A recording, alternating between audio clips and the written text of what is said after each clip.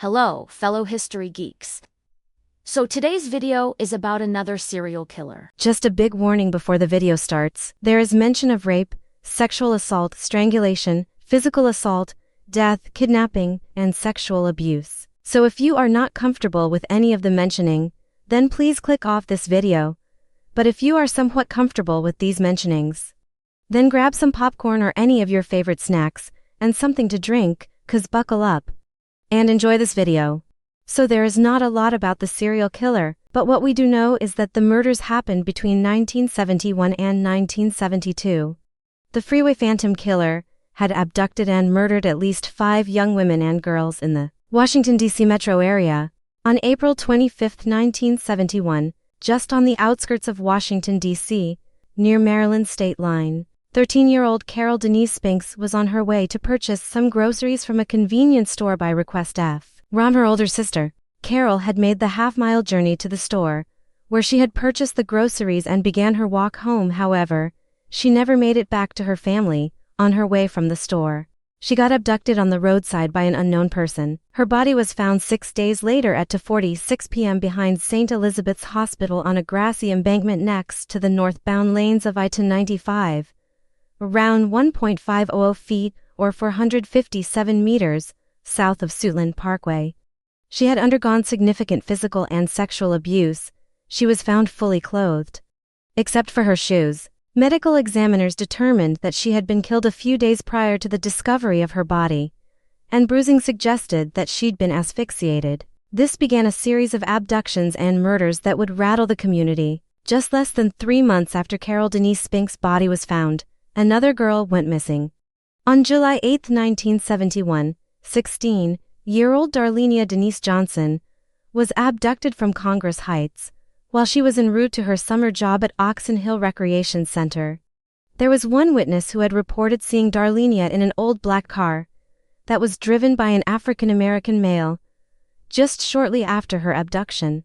Unfortunately, Darlenia and her kidnapper were not located in time. Just 11 days after she disappeared, her body was found almost in the exact location where Carol's body was dumped, but due to the summer heat, Darlenia's body had decayed significantly, and investigators were unable to determine an exact cause of death, or if she had suffered from sexual abuse. There was some evidence that she had also been strangled. Darlenia, like Carol, was also found fully dressed, except that she didn't wear any shoes. While it took 6 days for Carol's body to be discovered, Darlenia wasn't found for 11 days despite being dumped in the same area. Perhaps most frustratingly, law enforcement had received an anonymous call nearly a week before the discovery of Darlenia's body, in which the caller had described the location of her corpse and had provided details that would only be known to her killer. Though the police sat on the information for nearly a week, doing nothing, this led to the community becoming justifiable upset. And it seemed like the law enforcement wasn't taking these disappearances seriously. But, by the time Darlenia's body, which was dressed but without her shoes, was far too decomposed to determine the cause of her death, it is not known if she had been sexually assaulted. But law enforcement was able to find evidence of strangulation. Less than 10 days after Darlenia's body was found, yet another girl went missing. On July 27, 1971, 10-year-old Brenda Faye Crockett from Northwest was sent to the store by her mother, but she unfortunately never came back home from the trip to the store. So when she didn't return home, her parents began to search the neighborhood. Just 2 hours later, at around 9:20 am, Brenda's phone rang and was answered by her 7-year-old sister, who had been waiting at home while her family had searched the neighborhood. Brenda was on the other line, crying, "A white man picked me up, and I'm heading home in a cab," Brenda told her sister, adding that she believed that she was in Virginia before abruptly saying bye and hung up. Brenda's mother and stepfather had returned home from searching, but with no success. The phone then rang again, and her stepfather answered the phone. Brenda told her stepfather the same things she'd told her sister, but then asked, "Did my mother see me?" Brenda had informed her stepfather that she was now inside a house with a white man and that they were alone. Her stepfather had pleaded for Brenda to put the man on the phone. According to her stepfather's report, he heard loud footsteps echoing in the background. Then Brenda said, "I'll see you," and the call then ended. I can't imagine what the parents must be going through. I mean, it must have been pretty traumatic for the stepfather, be called by her stepdaughter on the phone, and talk a bit, before hanging up, not knowing if he would ever see her again. The police believe that Brenda was forced to call home and tell her family exactly what her abductor had told her to say. This was meant to throw the authorities off his scent long enough to complete his intentions. It's likely that Brenda had provided false information about her whereabouts. Also, if the eyewitness report from Darlenia's abduction is to be trusted, then it's probable that Brenda was forced to say white male to distract the authorities from the identity of the actual suspect. At around 5:50 a.m. the next day, a hitchhiker had discovered Brenda's shoeless body in a conspicuous location on U.S. Route 50, near the Baltimore-Washington Parkway in Prince George's County, Maryland.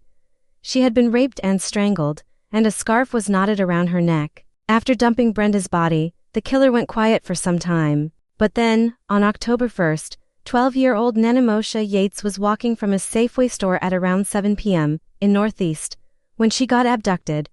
She got raped and strangled. Her body was found merely 3 hours after her abduction. She was found just off the shoulder of Pennsylvania Avenue in Prince George's County, Maryland. And as with the other victims, her shoes were missing and unidentified green fibers were also found on her clothing.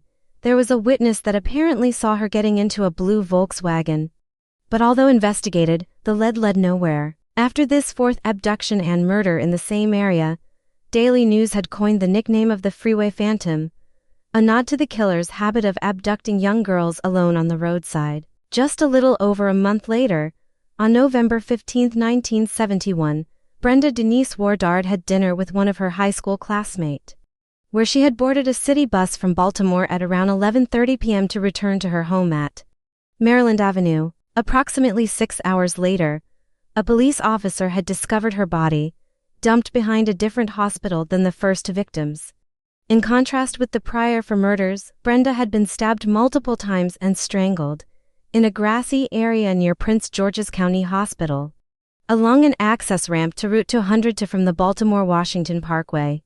But unlike the other victims, she was still wearing her shoes and a coat that had been placed over her chest. In one of the pockets in the coat were a note from the killer.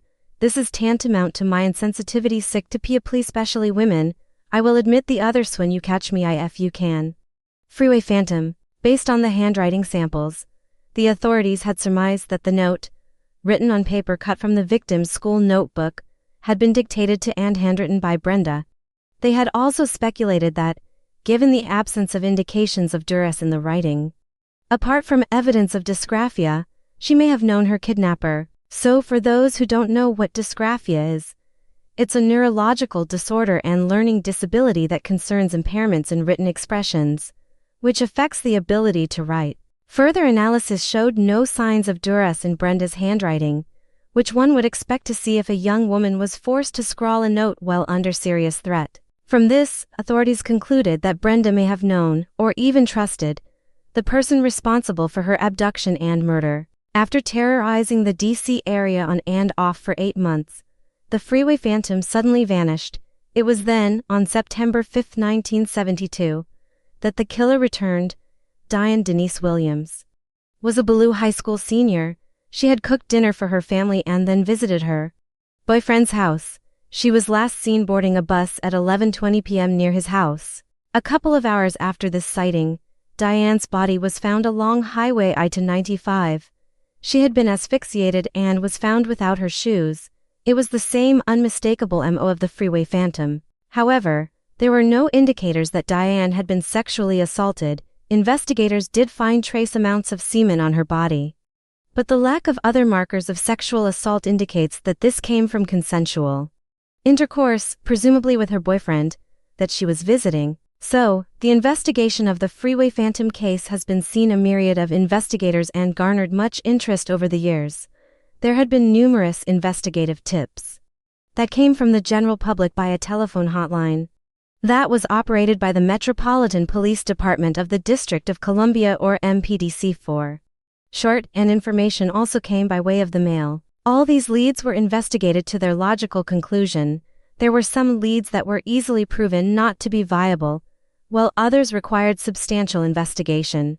The investigation was conducted by a law enforcement task force that included detectives from the MPDC homicide and sex squads, investigators from Prince George's County and Montgomery County, Maryland State Police, and the FBI. The common practice at the time was that case files at MPDC detective divisions were retained by the detectives assigned to the case. As a result, the Freeway Phantom case files are now incomplete. Some may have been discarded entirely, while others are incomplete with pages or articles of evidence having been lost, along with their associated notes. While all the primary or task force investigators have either long retired or are deceased, with the current evidence and any information of the case from when it happened, there were no leads that produced sufficient evidence for prosecution. This case, which has been closed and opened a number of times over its history, is currently open as a cold case in the MPDC Homicide Division. There is actually a reward of $150,000, which still remains open as well. Among those individuals that were considered suspects were members of a gang known as the Green Vega Rapists. Members of this gang were collectively responsible for numerous Washington, D.C. and surrounding Maryland vicinity rapes and abductions that occurred near the Washington Beltway. The logical investigation and intimate knowledge of the modus operandi of the Green Vega gang brought them to the forefront.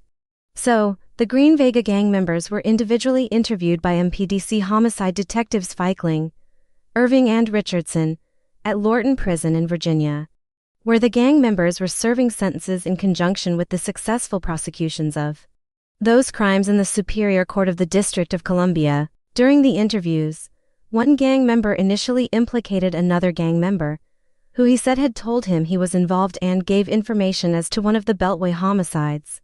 This particular inmate being interviewed stipulated that he would provide the information only if he could remain unidentified, which was agreed upon. He ended with identifying the man who gave him the information, the date and location of the crime, and signature detail, which wasn't provided to the public, but which was known only to be the perpetrator and to detectives.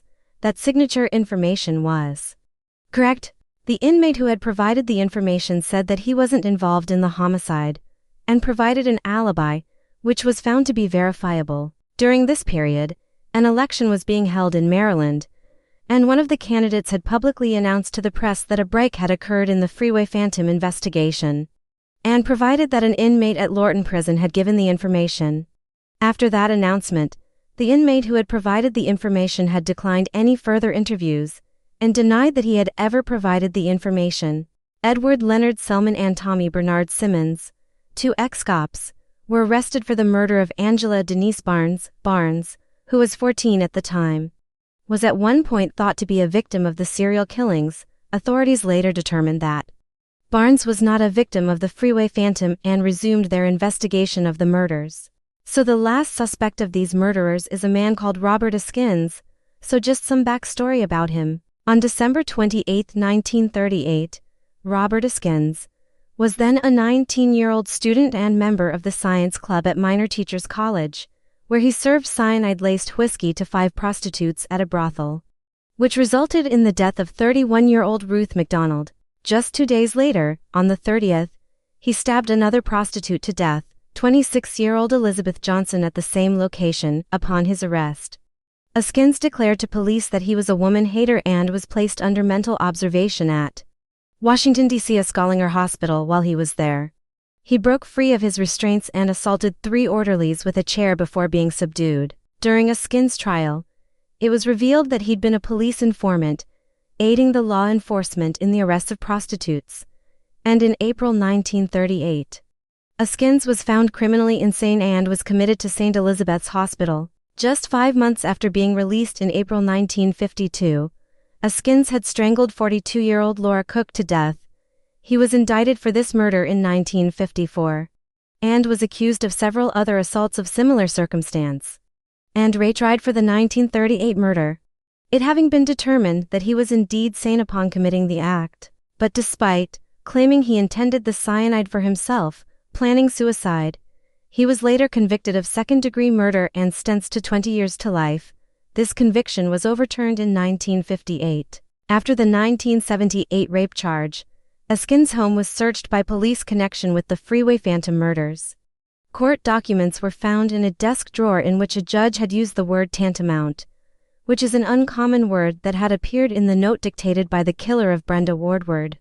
And furthermore, colleagues at the National Science Foundation, where Eskins was employed, reported that tantamount was a word that frequently cropped up in his speech. A search warrant was eventually obtained, and investigators had dug through Eskins' backyard.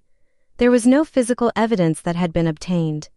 And Eskins wasn't charged in connection with the Freeway Phantom killings. Eskins, who died at the Federal Correctional Institution in Cumberland, Maryland, on April 30, 2010, at the age of 91, still remained in prison for two D.C. area abductions and rapes in the mid-70s, and had been contacted by both Davis and press regarding the Freeway Phantom slayings. Eskins had denied any role in them, adding that he didn't have the depravity of mind required to commit any of the crimes. Today, the Freeway Phantom case still remains unsolved. The case is still open as a cold case under MPDC's Homicide Division. A $150,000 reward is still being offered to anyone who can provide information to help close the case. At the time of the murders, DNA analysis wasn't available to assist in solving these crimes. Furthermore, the poor record keeping of the MPDC has inhibited further investigation, as many of the original documents and detective notes have been lost. However, in 2024, it was reported by the Washington City paper that a missing FBI case report might contain the identity of the Freeway Phantom. An October 1970 FBI Washington field office report contained details of a suspect who was nearly apprehended in 1971 following the murder of Brenda Denise Woodward. Something that the young girls and women had in common is that they were all alone. They had all gone to either a grocery store or a bus and were never seen alive again. But one of them had called their family and talked to them, while the others were either raped, sexually assaulted, or strangled. Who do you guys think did it? Do you think that it was Eskins who killed them? Or do you think that it was another man who killed the innocent girls? It's both sad and tragic what happened to those young and innocent girls. They all died at a young age. Well, that's it for today's video. I hope you enjoyed this video. If you did, please like and subscribe.